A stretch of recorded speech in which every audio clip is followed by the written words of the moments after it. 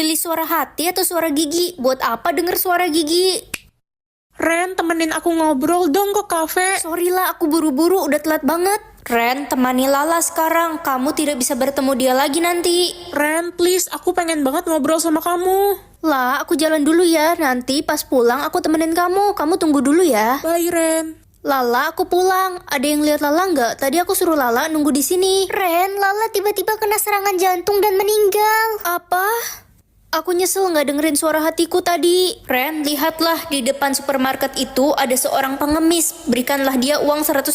Suara hatiku kenapa random banget sih? Tapi aku nggak mau nyesel lagi karena nggak dengerin suara hati. Permisi, ini ada sedikit rejeki buat kamu. Terima kasih banyak. Saya memang lagi membutuhkan uang untuk membeli obat untuk ibu saya yang sakit. Aku jadi senang karena nggak mengabaikan suara hatiku. Selalu ikuti aku